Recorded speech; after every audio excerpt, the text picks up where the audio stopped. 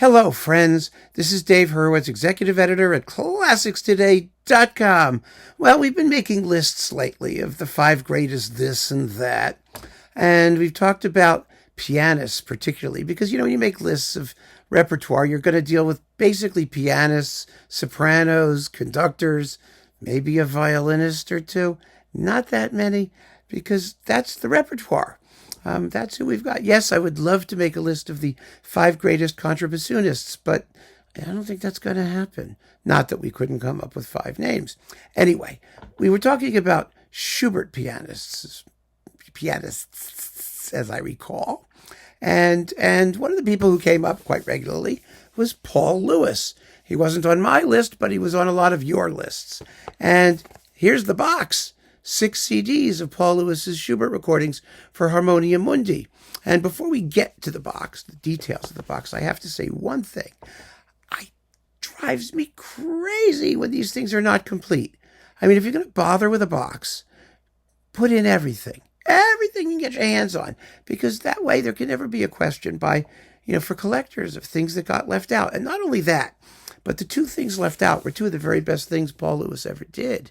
It's the 2 great song cycles, Die Schöne Müllerin and Winterreise, with Mark Padmore. My late and extremely lamented colleague, David Vernier, gave those 10/10s at ClassicsToday.com, and you can read his extremely fine and detailed reviews of those 2 very great performances. There is no reason to omit them. Yes, it's not. All the rest is solo piano. I get it. And his Trout Quintet he did on Hyperion. So that's a whole nother issue. But I don't expect them to do Hyperion in Harmonia Mundi boxes. But they should do all the Harmonia Mundi stuff, at the very least, because they are fabulous performances. And Lewis is just as important as the soloist, actually. In those song cycles, the pianist matters a lot. He's much more than a mere accompanist. And they're beautiful collaborations. And they do Lewis proud. So why not put them in? Why? Okay, I've fetched. Now, with that said, we have 6 largely very fine CDs of Schubert. Lewis is a much better Schubert pianist than a Beethoven pianist, in my humble opinion. The reason is because his Beethoven tends to be lyrical and sometimes fussy. It lacks the edge, the sense of struggle, the strength in Beethoven's music. Not all of it. He does some of it really well. But by and large, I'm speaking in generalities. Schubert, of course, is a lyrical composer. That's why having the song cycles here would be such a beautiful thing, because they would complement Lewis's own very lyrical approach to the music. He does fuss around now and again in some of the sonatas and other pieces, but by and large, it works better. It works better because the music is somehow more declamatory. It has a more directly vocal quality. It accepts a little bit more jiggery-pokery. Maybe it's Schubert's, romantic side. But let's go through the 6 discs one at a time, and we can talk about them. They're largely very well recorded. A couple discs, I think, are somewhat reverberant. But, basically they're beautifully done. Okay, so we begin with the Sonata in A minor and the Sonata in C major, the incomplete Reliquie, and the Drei Klavierstücke, D946. These are really good performances all the way through. The Klavierstücke, well, one of the things, the second Klavierstücke is marked Allegretto, and it's a big, long sucker, as you know. 11 minutes and 54 seconds in this performance, 44 seconds. The bottom line is that one of the nicest thing Paul Lewis does is differentiate all of the different things that Schubert means by Allegretto. Because you really, as another example we'll come to, but what does that mean? It's a little fast, a little slow, a little this, a little that.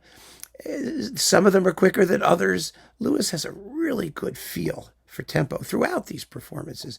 And particularly when Schubert says Allegretto, you can almost always count on him to just nail it with the right sense of flow. So that's, part of the central panel in 3 very fine Klavierstücke. The A minor sonata is extremely well done.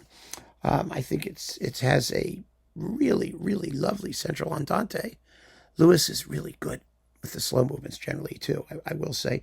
And the two-movement incomplete sonata is fabulous. The first movement is very dynamic and powerful, extremely passionate. Lewis just nails it. I mean, he really does. So, very, very good. First disc. Second disc, the D major sonata, the Sonata Deutsche, I'm sorry, it's the A minor, the other A minor. I always get them mixed up.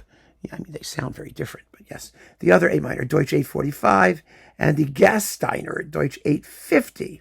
Okay, these are good performances. I don't think they're as good as this one, only because here we tend to hear Lewis potchking around a little bit with the melodic line. Sometimes it works, sometimes it doesn't.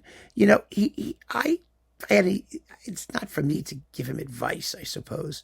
I mean, he's certainly far more musically adroit than I am, or will ever be, but I would just encourage him to trust his instincts, to let the music be simple, you know, when it needs to be simple, when it wants to be simple, you know, and not feel that he has to do something to make it interesting, because as often as not, that just makes it irritating.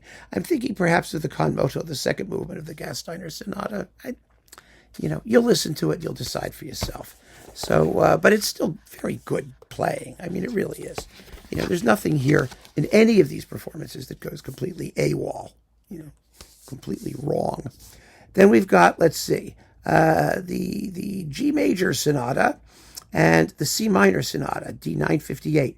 Well, his Schubert began with D958, and it's a really good performance. It's strong, and it's stormy, and it's smartly judged, and the transitions are marvelously handled, especially in the first movement.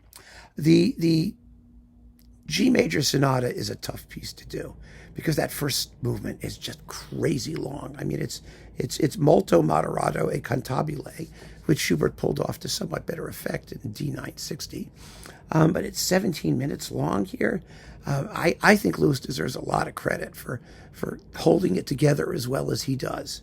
And the whole rest of the sonata goes fine. It's fine, but that first movement, you know, everybody's going to have their idea of how it's supposed to go, just because it may not work no matter what you do quite. But Lewis does a very, very good job, a very thoughtful job of pulling it all together. Then we've got three more discs, okay. The Sonata D959 in A major and D960. Okay, these are not as good as the C minor sonata was. I was really hoping, you know, because the C minor was like, you know, wow. And these are not wow. I mean, first of all, I kind of like exposition repeats. He doesn't take them. Second of all, well, I suppose 959 is better than 960. The trouble with 960 is that the opening movement is just too placid. Lewis doesn't wake it up. And he does hit the big moments. He does. I mean, he's willing to, you know, inject a burst of energy when Schubert writes a climax, but somehow it all has to be better integrated. You can't be like unconscious and then all of a sudden go bang. You know, it doesn't work for me. Also, you know, the finale, I just think, needs to have a little bit more accent, more edge to it. The slow movement is gorgeous, by the way. Absolutely beautiful. Beautiful, beautiful performance. As far as the A major goes, I don't have that many complaints about that. I think it's really a very good performance. It's just that I think there are just stronger, more positively accented versions out there. But it's still, again, I say, it's very good Schubert playing. So you'll decide for yourself how you feel about 960. Well, then we've got all the impromptus. I think Lewis is marvelous in these small Schubert pieces, all of them. In fact, we should put this together with the last disc, which has the Wanderer Fantasy and the Moment Musical, and the last of the late Allegretto D915 as a fond farewell. These are wonderfully shaped, poetic, intelligently structured. I mean, they're just smart performances.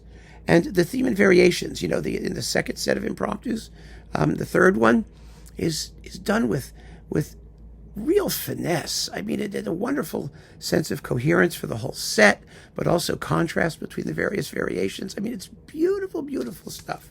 And this other disc, well, his Wanderer Fantasy is fabulous. Absolutely fabulous. You know, I just love the Wanderer Fantasy. I can't get enough of the Wanderer Fantasy. You know, when Tovey said that it triumphantly solves all of the problems that have bothered composers since, that Liszt tried to do, create a single movement work that involves the metamorphosis of a single theme or idea. I mean, it really is. That's why Liszt made a concerto out of the Wanderer Fantasy, which is also fabulous, by the way, and never played enough as it deserves to be. But the Wanderer Fantasy is great because it gives Lewis a chance to really show his virtuosity right from the very opening. You know that you hear the opening da da da da da da da da da da da da da da da da. You know how so many pianists seem to not know what to do with those uprushing scales in between each phrase, and Lewis just gets it so right. They're not part of the melody. He has, throughout this performance, wonderful timbral layering between different strands of the accompaniment and melody, and in the finale, which of course is a fugue. It's wonderfully clear contrapuntally. He's got all kinds of terrific things going on with emphasis of the different melodic lines. I mean, it's just a wonderful performance. And the same is true of the Moments Musicaux, especially the third. There's another one where Lewis's feeling for those moderate tempos really comes out, because you've got an allegretto moderato. Now, what the hell is allegretto moderato? Allegretto is already moderato, and moderato is already allegretto. You just got to feel the music. You just got to do it right. I mean, the indication isn't helping you, and he does it absolutely right. And this is one of those cases where his tiny little inflections to the melodic line, that make perfect sense. They work beautifully as just slight bits of emphasis and character that keep the music from ever sounding mechanical, because it is kind of one of those things. So, excellent. On the whole, then, aside from the tragic and inexcusable omission of the two song cycles, this is a very, very fine set of Schubert. There are details that we'll prefer other pianists, other people probably we think do better or different, but I think Lewis has real feel for this music. I think it shows in everything that he does. He is thoughtful, he's intelligent, he is technically spot on, and he gets generally very good engineering and lovely notes and presentation. It's a fine set. So mazel tov. I'm so happy to do this because he's really a very fine artist, and I was sort of let down by his Beethoven. So the Schubert being this good makes me feel all warm and snuggly inside, and it will do the same for you. So keep on listening, friends. Thanks for joining me. Take care.